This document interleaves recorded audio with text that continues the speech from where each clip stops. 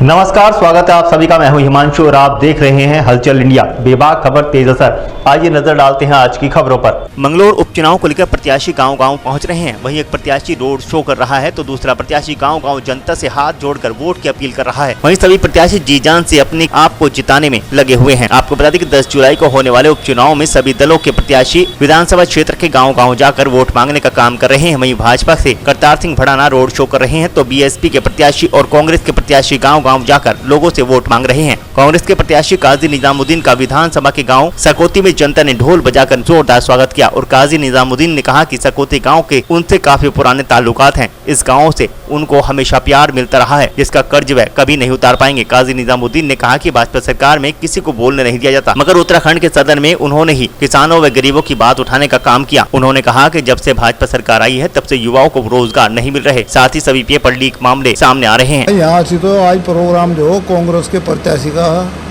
काजी निजामुद्दीन का रही इस गांव की बात। इस गांव में तो अगर कुछ न कुछ करा तो काजी निजामुद्दीन नहीं करा और न तो कुछ करा ही नहीं। जो पूर्व विधायक थे उनके द्वारा भी कहा जाता है कि काफी विकास कार्य कराए गए। हाँ, पूर्व विधायक ने मेरे ख्याल में 50 मीटर बनाई थी कुल। वह कुछ वहाँ गेट दिया और कुछ वहाँ आगे कुछ न करे नहीं बेचारे ने। यहाँ तो अगर यो कहाँ सड़क पाया तो काजी की वजह से आया, जो भी कुछ कराया उस बेचारे ने कराया। इसी वजह से ये गांव वाले उससे मोहब्बत करा, वो गांव वालों से मोहब्बत करा। वो तो इन गांव वालों को पता है इस बात का क्या करा और मैं क्या कहूँ इस बारे में। सब क्या करा उसने। बात भाजपा की पुरानी एक कहावत है, अग्रण में घोड़े नहीं बदला करते, पुरानी चली आ रही नहीं। ये भाजपा वाले तो रण में भी घोड़े बदल ले भाई। जिसने बेचारा पिछली तरफ ठीक है वो हार गया था, वो हारा जितना कुछ भी था, कुछ ना कुछ लोगों के बीच में 2-4 के तो काम करे होंगे। अब उस सभी ने कहा तो हट एक डब तो वो ले उन तो जाकर हरियाणा था। दिनेश पवार की बात कर रहे हैं। हाँ, अब हेलीकॉप्टर घुमा रहे हैं।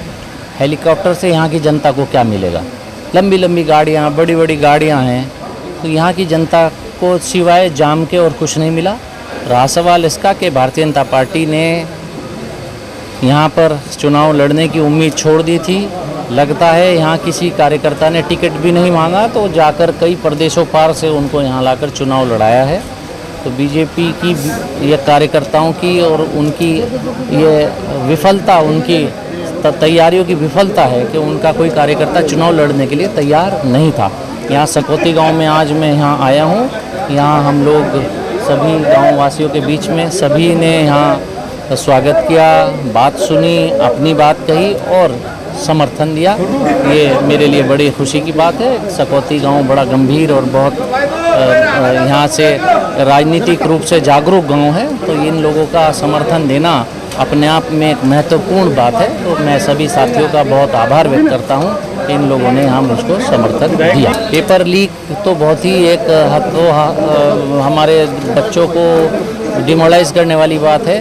वो बच्चे मेहनत करते हैं और उनको पेपर लीक की खबर मिलती है, बहुत तकलीफ़ उन लोगों को होती है। तो अब ये बीजेपी की सरकार में छोटे बड़े पेपर कोई से भी हों, सभी लगभग लीक होने लगे।